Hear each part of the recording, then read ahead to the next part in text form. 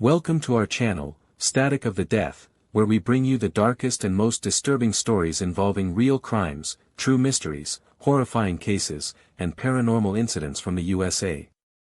If you are fascinated by the darkness lurking behind the truth, then you have come to exactly the right place. Now, without further ado, let's begin today's story.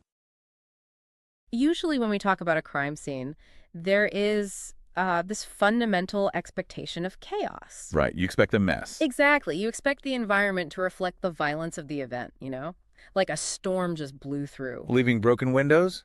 Maybe overturned furniture? Yeah, blood cast off patterns on the walls, obvious signs of a desperate struggle. Because investigators walk into a room, and the physical space itself just screams that something terrible happened here. The evidence is loud, it demands attention, and it immediately begins telling a chronological story. And it gives you a starting point. I mean, in criminal investigations, establishing that initial anchor, the point of entry, the location of the first physical altercation, the trajectory of the exit, and that's everything. You need that thread to pull so you can unravel the timeline. But then you step into the world of the Springfield 3. Yeah. You walk through the front door of 1717 East Delmar Street in Springfield, Missouri in June of 1992, and suddenly that loud, chaotic room you expect is perfectly, terrifyingly silent. Completely silent. We're looking at a scene that isn't destroyed. It's completely frozen in time. It's the absolute definition of a structural paradox. It really is. Because every single item in the house is exactly where it should be, except the three human beings who actually live there. Which requires us to completely invert how we analyze a crime scene. Mm-hmm. We have to look at the absence of evidence as the primary form of evidence itself. Right. When you dig into the investigative reports and the forensic timelines from that June, this case transcends a simple missing persons mystery. It becomes this masterclass in the fragility of a crime scene. A really harsh lesson. Oh, absolutely. It's a harsh, very granular lesson in how the human instinct to care for the people we love can inadvertently, systematically dismantle the truth before law enforcement even realizes there's a truth to be looking for. I want to ground you, the listener, in the reality of this right from the jump. Put yourself in that neighborhood. Imagine it. Right. Imagine waking up on a Sunday morning, making your coffee, looking out your kitchen window, and realizing the family next door has just ceased to exist. Just gone. Their entire life is sitting there, completely undisturbed. The cars they drive every single day are parked in the driveway, angled exactly where they always are. Purses on the counter. Yeah, inside. Their purses are just sitting there. The family dog is inside, totally safe, just padding around the living room. But the people, gone. Evaporated. Because it fundamentally defies behavioral logic. Like, when human beings leave a location voluntarily, they take the infrastructural tools of their lives with them. Right, their keys, their wallets. Exactly. They take their keys to operate vehicles, their money to facilitate transactions, their ID to navigate the world, and they make explicit arrangements for their dependents or their pets. You don't just leave your dog alone indefinitely. No, you don't. So when a departure occurs and none of those baseline behavioral metrics are met, you are instantly dealing with an involuntary departure. But an involuntary departure of three capable adults simultaneously. Without a single microscopic sign of forced entry or a violent struggle. That elevates the situation from a standard investigation to an absolute logistical nightmare. It's an impossible puzzle. So before we even look at the empty house, we really have to understand the life that was inside it just hours prior. Because these weren't just three random names pulled out of a hat. No, they were very distinct individuals. Right, three distinct women in very different, very specific phases of their lives, which plays massively into how the authorities had to approach those crucial first 24 hours. Well, establishing the baseline of normalcy is the only way to measure the severity of the deviation.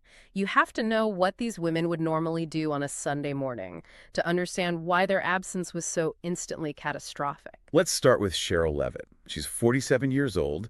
She's a professional hairdresser, a cosmetologist with a steady, really loyal clientele. Very established. Yeah. The police files and background profiles describe her as stylish, highly outgoing, fiercely independent. She had navigated marriage and divorce, and she was managing her life on her own terms. She owned this home on Delmar Street. She had actually recently redecorated it. She was actively building this fresh, stable chapter of life with her daughter. And that's key, because Cheryl represents absolute structural stability.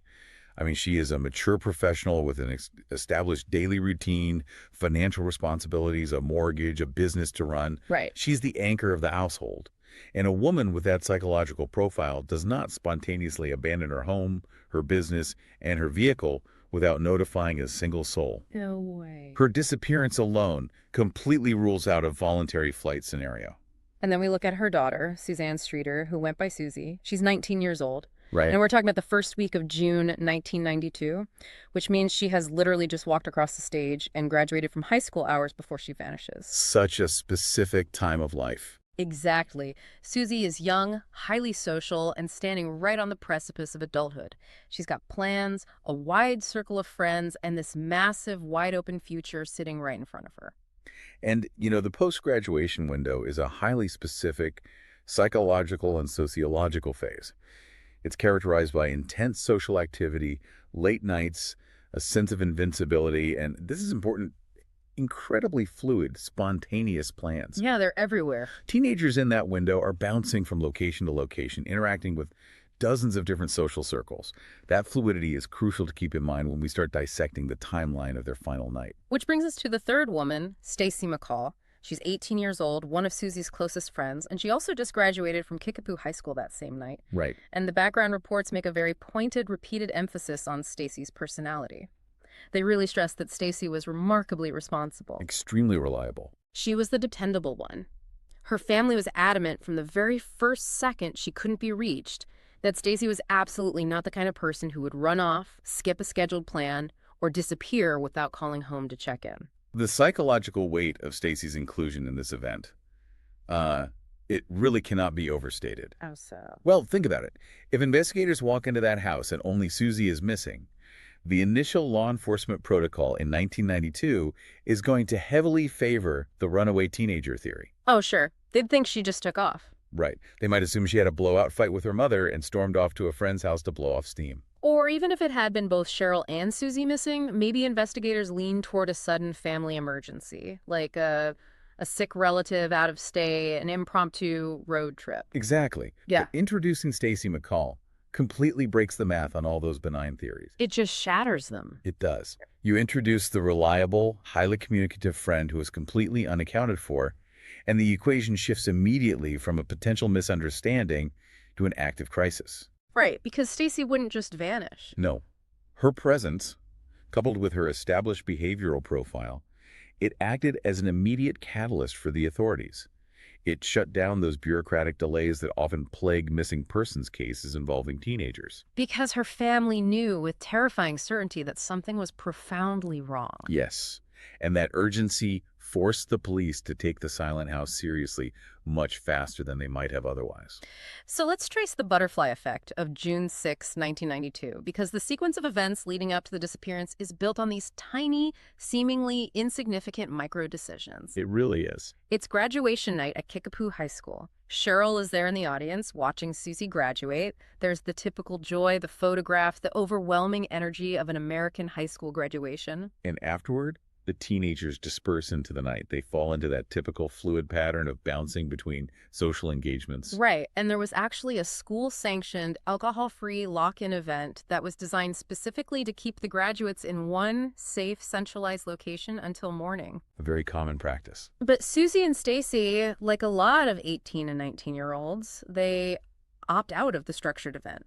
They decide to navigate the party circuit instead. Right. So they're seen at various houses, interacting with different groups, highly visible within the Springfield community throughout the whole evening. And that visibility is a double-edged sword. Yeah, why? On one hand, it creates a robust timeline of eyewitness sightings for the early part of the night.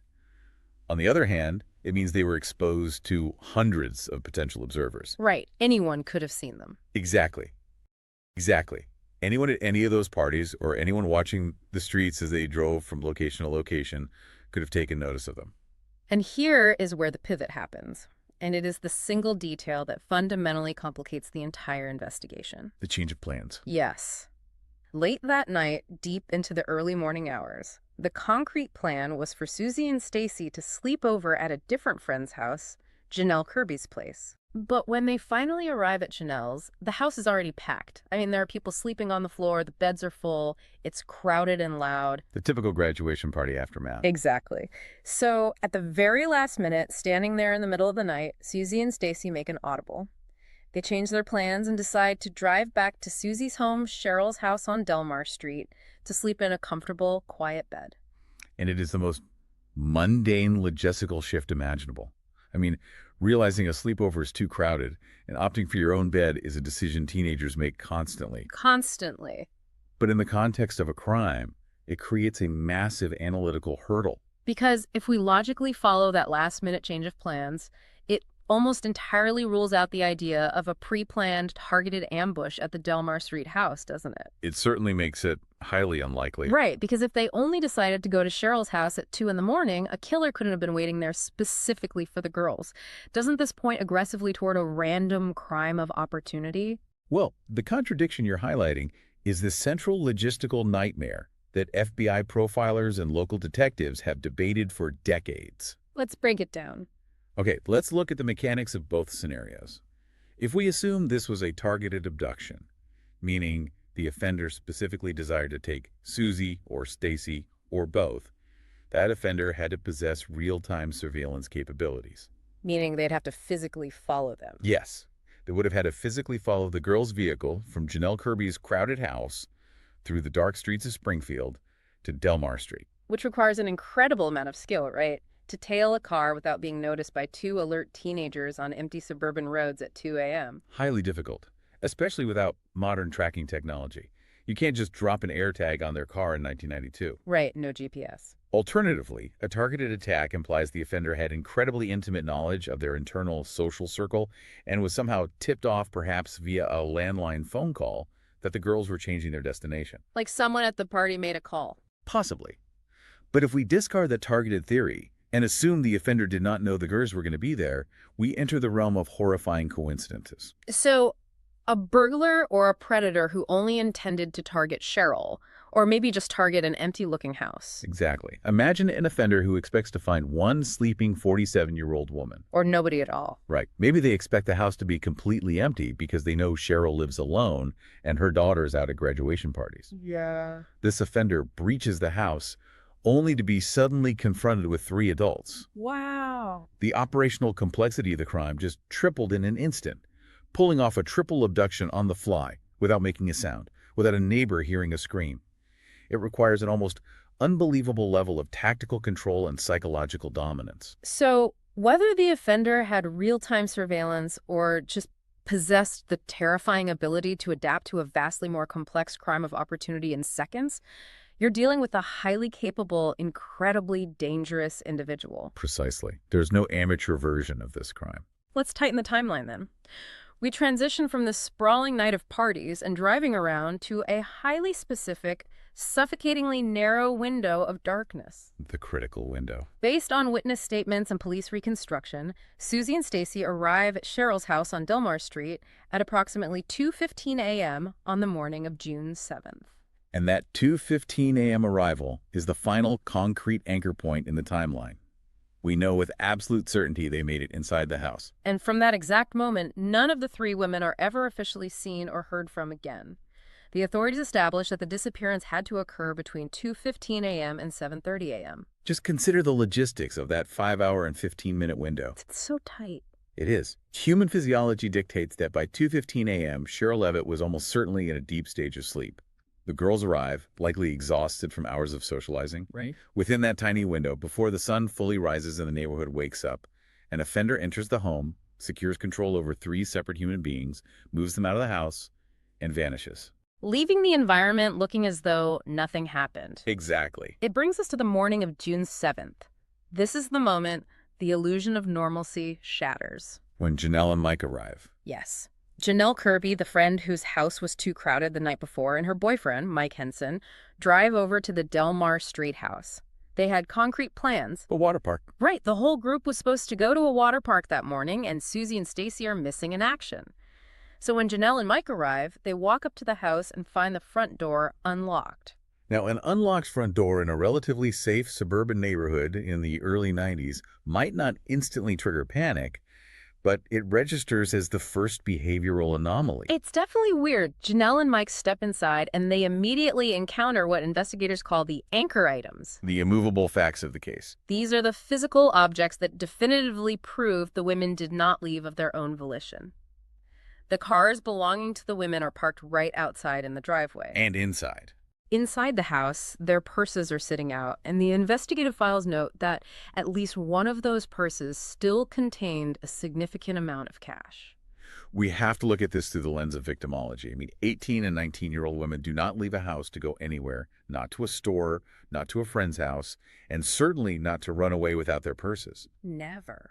And they absolutely do not leave cash behind. A 47-year-old professional woman does not leave her primary mode of transportation in the driveway if she's orchestrating a voluntary departure. It just doesn't happen? No. These anchor items establish an immovable forensic fact. Whatever happened in that house interrupted their lives and progress. The scene even showed signs that they had actively transitioned into their sleep routines. There were clothing arrangements suggesting they had undressed and indications that makeup had been removed. They're settling in for the night. They felt entirely secure in their environment, but the detail that completely fascinates me, the one that feels like the key to the psychological profile of the entire event, is the dog. Yeah, the family dog, a small Yorkshire Terrier named Cinnamon, is found inside the house. The dog is alive, physically completely unharmed, but highly agitated and alone. And Cinnamon is perhaps the most critical behavioral witness we have to the initial breach of the home. Let's analyze the dog's behavior. If someone violently kicks in a front door or smashes a window, a dog reacts. Absolutely. Even a tiny Yorkshire Terrier is going to bark frantically, lose its mind, and create a massive acoustic disturbance. Right. So did the dog not bark because it recognized the intruder? Or was the breed just too small and passive to matter to whoever took the women? Well, animal behavior in home invasion scenarios is highly predictable. A violent, chaotic breach triggers a canine's territorial defense mechanisms, which results in sustained, loud barking. Which would wake the neighbors. Exactly. An offender executing a stealth abduction wants to avoid acoustic chaos at all costs, because noise draws the attention of those neighbors. So if we synthesize the physical clues, the unlocked door, the undisturbed anchor items, the lack of forced entry, and the physically unharmed dog, a highly specific operational picture emerges. A picture of intense control. Yes. The unlocked door suggests one of two things. Either the women opened it willingly and failed to lock it behind them, or the offender manipulated the lock, escorted the women out, and simply didn't bother to secure it on the way out. But the dog. Right. The dog's survival and the lack of a reported noise disturbance strongly suggests familiarity or a deeply controlled entry. Perhaps the offender knocks softly. Okay, so Cheryl, or one of the girls, looks through the peephole or window. They recognize the person on the porch, and they feel comfortable enough to disengage the lock and open the door. So the threat isn't introduced from the outside, the threat is invited inside. Precisely. The offender steps into the foyer smoothly. The dog sees a familiar face, or at least observes its owners reacting calmly to the arrival, and therefore does not escalate into a territorial frenzy. Wow. The offender waits until the doors close, isolating the women from the outside world, before finally introducing the weapon or the threat. It neutralizes that initial spike of panic that causes screaming. God, that is suffocating to think about. A seemingly normal interaction at 3 a.m. that suddenly quietly snaps into a lethal trap. It is deeply unsettling. But this brings us to what I consider the most tragic element of the investigative files. We keep talking about how a frozen crime scene is the only voice the victims have left, but what happens when the people who love you most, acting entirely out of love and desperation, accidentally silence that voice? You're describing the tragedy of good intentions. Yeah. It is a recurring nightmare in missing persons cases. But in the Springfield 3 investigation, it resulted in a catastrophic loss of potential forensic data. Let's break down the broken porch light. When Janelle and Mike arrive at the house that morning, they find the glass globe that covers the porch light completely shattered on the front stoop. Right. But the actual light bulb inside the fixture is totally intact. It hasn't blown out, it hasn't been unscrewed, it hasn't been crushed. Only the protective glass globe is in pieces. And from a crime scene reconstruction standpoint, that shattered globe is a forensic goldmine. I mean, it represents a physical point of impact. Right. If investigators could have analyzed the glass exactly as it fell, what could they have learned? Oh, So much. The spatial distribution of the glass shards can tell you the directionality of the impact. Was the globe struck from the side by a swinging hand, or from below by an object? Or maybe someone bumped into it during a struggle? Exactly. Was it shattered by the flailing hand of a victim being dragged out the door? Or was it struck by the butt of a weapon? Right. Furthermore, jagged glass acts as an incredible collection mechanism. Are there microscopic fibers from a perpetrator's jacket sleeve caught on the edge? Is there a single tiny droplet of blood from a cut hand? Did the offender try to manually unscrew the bulb to darken the porch and leave latent fingerprints on the glass before it broke? But none of those questions will ever be answered. Never. Because Mike Henson, looking down at the shattered glass, realizes his girlfriend Janelle is walking around the porch barefoot. Right. And in an act of pure protective instinct, he grabs a broom and sweeps the broken glass up the stoop and into the trash. He doesn't realize he's standing at the epicenter of a major crime scene. He thinks he's just standing on his friend's messy porch after a long night of graduation parties. The analogy I keep coming back to is an airplane crash. Imagine walking up to the wreckage of a plane, finding the black box data recorder sitting in the dirt, and accidentally throwing it into an incinerator because you were just trying to help tidy up the debris field. It's a perfect analogy. You don't know what you've done. You're genuinely just trying to help. But the sweep of that broom alters the spatial relationship of the shards. It wipes away the context of the struggle. It is an act of care that becomes an investigative disaster. It is a devastating loss of physical context. But unfortunately, the porch light glass was not the most significant casualty of these good intentions. Not even close. The destruction of the audio evidence was far worse. The erased answering machine message. This is the detail that truly haunts the entire case. It's agonizing. According to the files, when friends and family began entering the house that morning trying to figure out where the women went, they noticed the red light blinking on Cheryl's answering machine. Hoping to find a clue. Yeah, maybe a message from Susie saying they went out to breakfast, so they press play. They are hunting for a timeline. They're hunting for proof of life. And one of the messages that plays back is described by the listeners as strange. Very strange. Some reports called it obscene, vulgar, or deeply unsettling.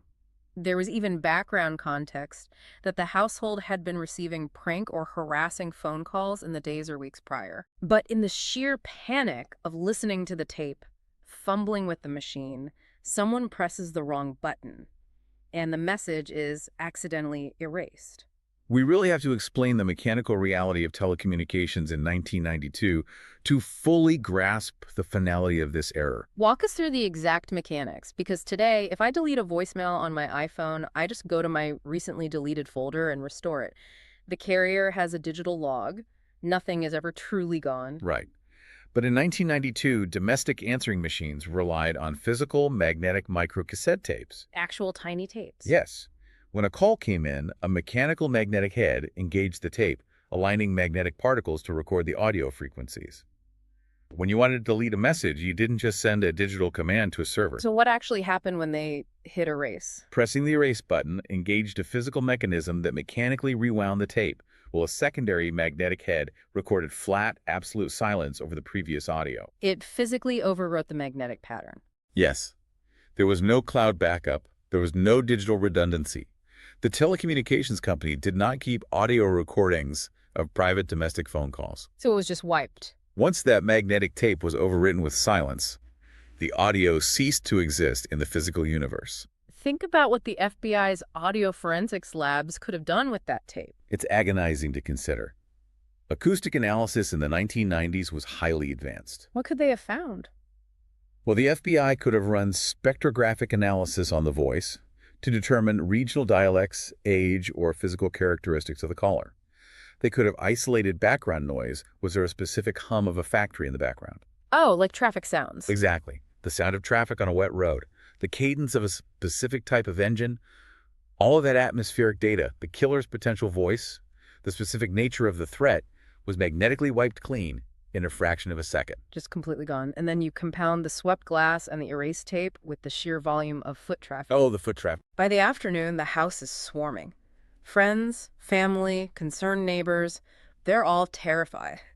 They're walking through the bedrooms, looking under beds, picking up the purses, moving items on the counter. They are inadvertently introducing a massive amount of forensic static into the environment. Because of Lockhart's exchange principle, right? Exactly. Lockhart's exchange principle dictates that every time a person enters an environment, they bring something with them and they take something away. Right. The friends and family were shedding their own hair, tracking their own shoe impressions over potential suspect footprints, and layering their own fingerprints over everything they touched. Making it impossible to isolate the killer's prints. By the time law enforcement recognized the severity of the situation and secured the perimeter, the pristine, forensic voice of the crime scene had been drowned out by the innocent contamination of a dozen different people. Which leads us to a paradox that investigators have wrestled with for 30 years. We know the scene was contaminated, we know people walked through it, but even a contaminated scene, even a messy one, should show some macro-level signs of 3 adult women fighting for their lives. Yet, there was absolutely nothing. The paradox of the silent vanishing. I really want to scrutinize the logistics of this. We have Cheryl, who is 47, Susie is 19, Stacy is 18. These are healthy, capable women. Very capable. If a strange man enters their home in the middle of the night and tries to force them out, human biology dictates a fight or flight response. Adrenaline dumps into the bloodstream. Exactly. They are going to kick, scratch, bite, throw objects, or at the very least scream at the top of their lungs. It's instinctual. But the police reports are explicit. There is an absolute lack of publicly established bloodshed, no widely confirmed signs of forced entry, no weapons left behind, and not a single neighbor reported hearing a scream. Nothing. Controlling one adult against their will is physically exhausting and chaotic. How do you extract 3 adults simultaneously without a tactical team? You're identifying the central logistical impossibility that defines the Springfield 3.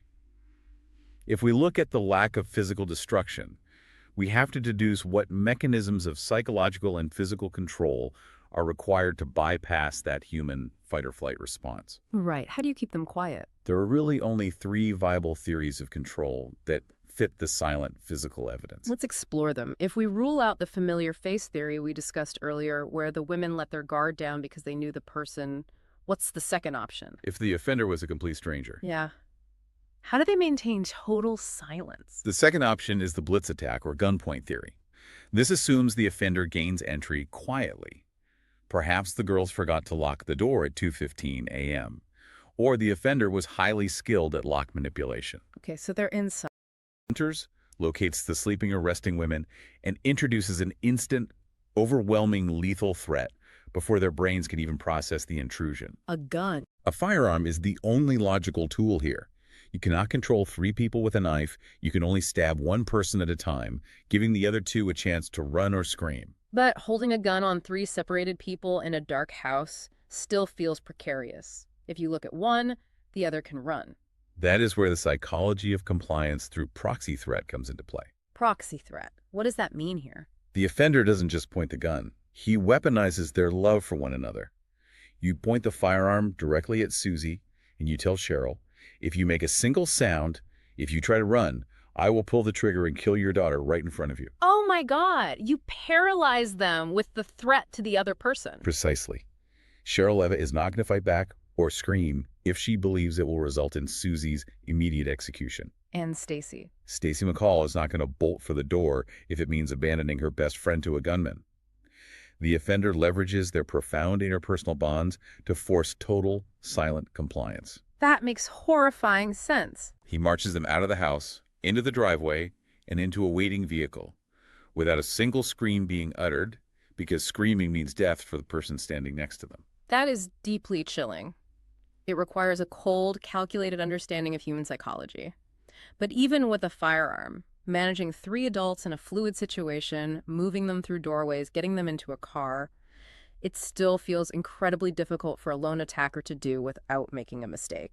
Which naturally leads investigators to the third theory, multiple offenders. Just a numbers game. Exactly. From a purely logistical and tactical standpoint, controlling 3 adults quietly is exponentially easier if you have 2 or 3 perpetrators. 1 person for each of them. Right. 1 offender secures Cheryl in the master bedroom. A second offender secures Susie and Stacy in the other room. The angles of escape are instantly cut off. The sightlines are covered. So they can be moved to a transport vehicle in a coordinated, synchronized manner. But the frustrating part is that there is no official public proof confirming multiple offenders. I mean, there's no physical evidence of 3 different unknown shoe treads. None. It's entirely deductive reasoning based on the staggering difficulty of a single person executing the crime so cleanly. And, nature abhors a vacuum. And in criminal investigations, when you have a silent house and a total absence of physical evidence, human nature rushes in to fill that void. And in the Springfield 3 case, that void gets filled with decades of rumors, elaborate theories, and phantoms. So many phantoms. When a case hits the national media, it generates an overwhelming amount of noise. So let's talk about the loudest phantom in this entire narrative, the anonymous caller. The December 1992 phone call is one of the most agonizing near misses in the history of the investigation. According to the investigative files, on New Year's Eve, December 31st, 1992, roughly 6 months after the women vanish, the television show America's Most Wanted runs a massive feature on the case. A huge national broadcast. Right. A man calls into the show's national hotline. He speaks to an operator and provides information about the Springfield 3. And the exact details of what he said have never been fully released. Right. But the authorities considered his information so highly specific and deeply relevant that they firmly believed this man had legitimate inside knowledge of the crime. The operator realizes they have a prime suspect or a crucial witness on the line and attempts to patch the call directly through to the investigators sitting in Springfield. But right as the switchboard attempts to make the connection, the line drops. He hangs up. The man disconnects. And he never, ever calls back. Why couldn't they just trace the call? We see it in movies all the time. Again, we have to look at the telecommunications infrastructure of 1992. It wasn't like today. Not at all. Today, caller ID and digital packet routing make a phone call instantly traceable to a specific cell tower or IP address. But back then, in 1992, the America's Most Wanted hotline utilized complex PBX, or private branch exchange systems, routing thousands of analog calls through national trunks. If a caller hung up before a manual trap and trace could be successfully locked on the analog line by the origin phone company, the signal was gone. it just disappears. The connection severed, and the routing data evaporated entirely. So who was on the other end of that line? Was it the killer himself, playing some sick, narcissistic game with the police? The psychology of the anonymous tipster in high-profile cases is really complex. Do killers actually call in? Sometimes, yes. The perpetrator is driven by a bizarre desire to inject themselves into the narrative.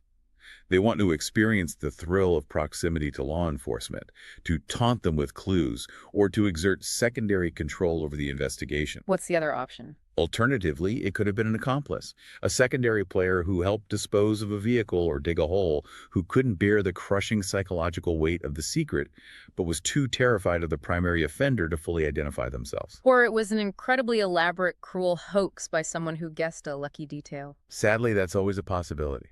But without the identity of the caller, he just remains a ghost haunting the files. And speaking of the files, we really have to examine the suspect pool. It's a complicated list. Over the decades, a few names have continually surfaced, even though no one has ever been legally proven responsible.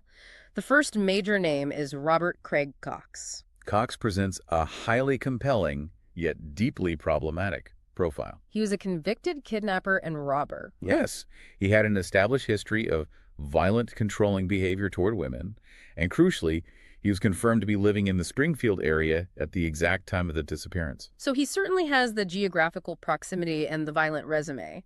But the thing that truly thrust him into the spotlight was his own mouth. He talked a lot. He reportedly taunted authorities during interviews, claiming that he knew for a fact the women were dead and boasting that their bodies would never, ever be found. And we have to approach jailhouse taunts from convicted felons with extreme analytical caution. Because they lie. Because men like Robert Craig Cox possess narcissistic traits. They thrive on control and media attention. Claiming exclusive knowledge of a high-profile, unsolved national mystery grants them a twisted form of power. Power over who? Over the police, the grieving families, and the public. So he might just be taking credit for someone else's nightmare to make himself feel important. Exactly. Now, investigators had to treat him as a serious person of interest, and they vetted his timelines and alibis extensively. But they couldn't pin it on him. No. We must emphasize that the public record explicitly states there is no conclusive physical evidence legally tying him to 1717 East Delmar Street on that specific morning. Another name that generated massive local rumors was Dustin Rickla. He was Susie Streeter's ex-boyfriend. Right. The files note that around the same time as the disappearance, Rickla was tied to a highly bizarre local crime involving the robbery of a mausoleum. Grave robbing. Yeah. The rumor mill in Springfield went into overdrive. The theory was that Susie might have known something about this grave robbing incident, that she was potentially going to act as a witness against him. And that this impending testimony gave him a motive to silence her permanently. Exactly. The silenced witness theory. It's a staple of criminal motive. It provides a clean, logical narrative. However, as an investigator, you have to measure the logistical leap required to accept that theory. Right. It's an astronomical escalation from stealing from a graveyard to kidnapping 3 women. Massive. A young man involved in a bizarre property crime, stealing from a mausoleum, does not automatically possess the tactical sophistication, the psychological coldness, and the physical capability to execute a flawless, silent triple abduction. Of his ex-girlfriend, her adult mother, and her teenage friend. The operational gap between petty grave robbing and the complete vaporization of 3 adults is massive. And again, publicly available information shows no direct evidentiary link placing him at the scene. And because of the era and the geography of the Midwest in the early 90s, the investigation also inevitably had to consider serial offender theories. Right. The transient predators. Names like Larry Hall are frequently discussed. Hall was a known, active predator whose modus operandi involved stalking and abducting young women across the region.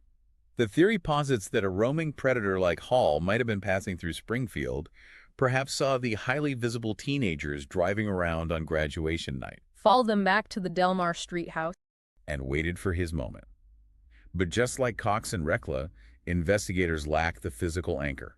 No evidence. Without a fingerprint, a tire track, or a confirmed sighting, attributing a localized crime to a roaming transient predator remains purely speculative. Which brings us to perhaps the most infamous, persistent rumor in the entire 30-year history of the case. The Cox Hospital parking garage theory. Anyone who follows true crime or unsolved mysteries online has seen this theory presented as absolute fact. Yes. The 2007 ground-penetrating radar anomaly. It is a textbook study in how public desperation interacts with pseudoscience. Let's unpack the mechanics of this rumor. Fast forward to 2007, 15 years after Cheryl, Susie, and Stacy vanished. Right. A private investigator or amateur sleuth uses ground-penetrating radar, or GPR, over a specific section of the Cox Hospital parking garage in Springfield. Because that section was allegedly under active construction back in June of 1992. Right, so the sleuth runs the radar over the concrete, and the readout shows anomalies buried beneath the surface. And the internet completely erupts. People are screaming, "They're buried under the hospital, dig up the concrete!" As an analyst, I have to explicitly halt the narrative here and remind you, the listener, of a crucial fact. What's that? The Springfield Police Department, after consulting with experts, completely dismissed this as a credible lead. They did not mobilize heavy machinery to dig up an active hospital parking garage. But the public outrage was massive. People asked, if there is an anomaly on the radar, why not just look to be absolutely sure? Why wouldn't the police dig it up? Because we really have to understand the physics of ground-penetrating radar. How does it actually work? GPR is not a magical X-ray machine. It does not produce a visual image of a skeleton or license plate. It's not like an ultrasound where you see a picture. Exactly. GPR works by pulsing high-frequency radio waves into the ground. When those waves hit a boundary between materials with different dielectric permittivity, meaning materials that conduct electricity differently, the wave bounces back. So it just registers a change in density. Yes. If you run GPR over a massive commercial construction site that was built using heavy machinery, you're going to find thousands of anomalies. Because it's full of junk. An anomaly under a poured concrete hospital garage could be a buried water pipe, a forgotten piece of steel rebar, a compacted pocket of dense Missouri clay, or a pile of discarded construction debris. It's not inherently indicative of human remains. Not at all. And if we think about the logistics of the killer actually doing it, I mean, it falls apart immediately. Completely. Burying 3 adult bodies in an active commercial construction site is a monumental physical task. You can't just dig a hole quietly. It requires excavating a massive hole, maneuvering the remains, and covering them up seamlessly, all in the dark, without being seen by overnight security guards, early morning construction crews arriving at dawn, or random passersby in a hospital zone. It's just too much risk. The police must operate on reasonable evidentiary thresholds. Tearing up the structural foundation of a hospital based on a standard density change on a GPR scan is not reasonable. So it's just an urban legend. The Cox Hospital rumor is a tragic example of how the public's desperate need for closure can elevate an unproven, logistically absurd urban legend into an accepted fact. We've spent an hour looking at the mechanical how and the massive question marks around the who. But the darkest question, the one that keeps investigators awake at night, remains the why. The motive. Why these 3 specific women, and what is the ultimate emotional toll of that ambiguity? Motive is often the compass that points directly to the killer. When you understand why a crime occurred, you can usually deduce who benefited from it. Without a clear motive, you are navigating the investigation in complete darkness. Let's analyze the differing angles of motive. Was Susie Streeter the primary target? She's a beautiful 19-year-old girl who was out socializing all night, interacting with hundreds of people. Very visible. Did she catch the eye of a predator who became fixated on her? And if that is true, does that mean Cheryl and Stacy were just collateral damage? Women who were simply in the wrong place at the exact wrong time? The primary target with collateral victims theory is incredibly common in violent localized crime. How does that usually play out? The offender is singularly focused on securing person A, but upon breaching the environment, the offender realizes person B and person C are present. And they can't leave witnesses. Right. To prevent witnesses and secure person A, the offender must control or eliminate the collateral individuals. But you could flip the lens entirely. Was Cheryl the target? Exactly. She's a 47-year-old woman, independent, running a business, dealing with clients, navigating the complexities of adult life and past divorces. Did she have a secret enemy? A disgruntled client? A stalker she hadn't mentioned to anyone? And in that scenario, the teenagers are the collateral damage. Right. It is an equally viable hypothesis. Or, as we debated at the beginning, was it completely random? A transient burglar who expected an empty house, walked through an unlocked door, and panicked when he found 3 women inside. All 3 make sense in their own way. That's the deeply frustrating reality of the Springfield 3. All 3 of these disparate motives are completely logically plausible, and we possess 0 physical evidence to prioritize one theory over the others. Discussing this case really makes me reflect on how profoundly different the world was in 1992. It was a different era. Today, a crime of this magnitude, executing a triple abduction without leaving a trace, it feels almost scientifically impossible. Practically impossible, yes. If someone goes missing today, law enforcement immediately subpoenas their smartphone data to track GPS pings. They from an Apple Watch to pinpoint the exact minute a victim's pulse spiked in panic. Cameras everywhere.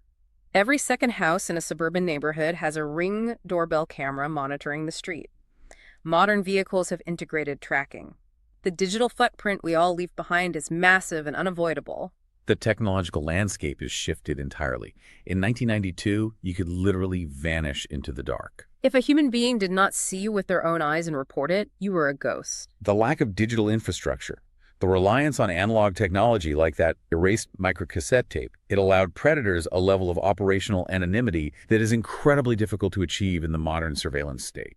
And that lack of digital answers, that complete void of resolution, it leaves behind this incredible wreckage for the families. I want to dive deep into the emotional core of our sources here because we cannot just treat this investigation as an academic puzzle or a forensic thought experiment. No, these are real people. We have to acknowledge the unique, devastating grief of a missing persons case. Psychologists refer to this specific type of trauma as ambiguous loss. Ambiguous loss, meaning the families are trapped in a state where they don't know if they should begin the mourning process or if they are obligated to keep hoping for a rescue. Right, there is no body to identify, there is no funeral to plan, there is no definitive moment to say goodbye. It's just endless waiting. It is crucial to differentiate between the closure, however painful, of a murder trial and the endless cyclical torture of a disappearance. Oh, so?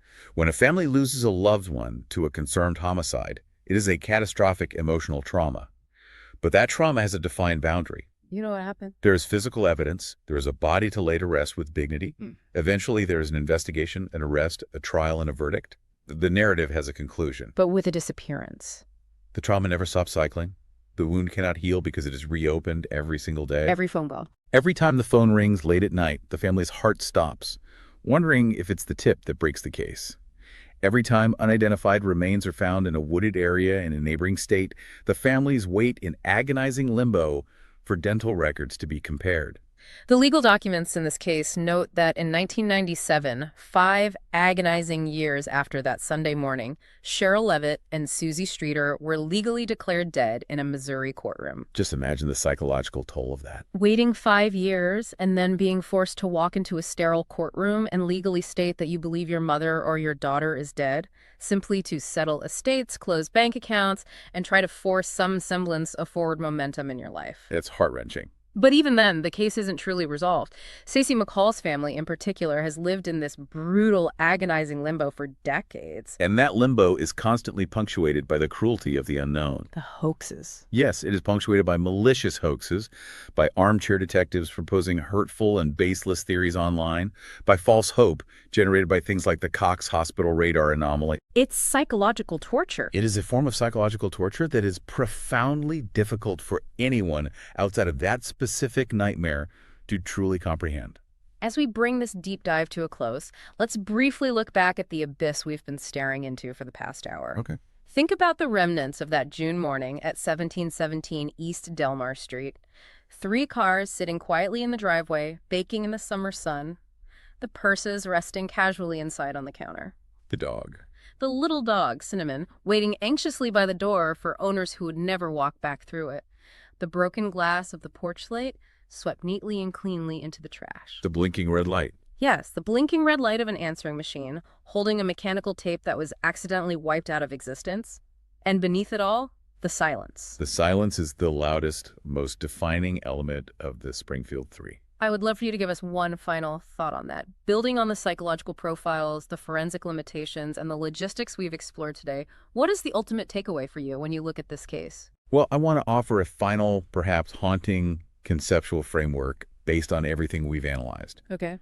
The investigative reports note over and over again that the house was left virtually perfectly intact. Aside from the shattered globe on the porch light, it looked exactly as if the 3 women had just stepped into the other room for a moment. Right, frozen in time. Typically, we evaluate a crime scene to see what is actively there. The blood, the weapons, the chaotic mess of a struggle. But what if we invert our perspective? Look at what isn't there. What if we look at the silence itself, the absolute emptiness of the house, as a psychological profile of the killer? Wow. A disorganized, panicked offender or a chaotic burglar operating on a sudden crime of opportunity leaves destruction in their wake. They leave broken furniture, dropped items, obvious, violent signs of a desperate struggle. They make a mess. A disorganized mind makes catastrophic mistakes. But the complete, flawless sterilization of this event, the absolute void of physical evidence, the terrifying synchronized efficiency required to move 3 adult women out of a secure house without a single whisper of a struggle suggests an intensely, terrifyingly organized mind. That is terrifying. Perhaps the most frightening clue in the Springfield 3 case isn't the broken glass on the porch or the erased microcassette tape or the unlocked front door. It is the chilling, flawless perfection of the silence they left behind. The perfection of the silence. That perspective changes everything. It is going to stay with me for a very long time. It brings us right back to the paradox we started with, doesn't it? Stepping into a quiet room. Stepping into a room that should be screaming with the violence of an abduction, but instead it is just completely paradoxically frozen in time. Frozen forever. Thank you to everyone for joining us on this deep dive into the vanishing of the Springfield 3. It is an incredibly heavy topic, but analyzing it is an essential piece of understanding investigative history, forensic science, and human psychology. Keep asking questions, keep looking closely at the details, and never stop questioning the world around you. We'll see you next time. That was today's dark and mysterious story. If you enjoy listening to podcasts covering real crime, true mysteries, horror, and the paranormal, please support the channel, subscribe, and stay tuned for the next episode.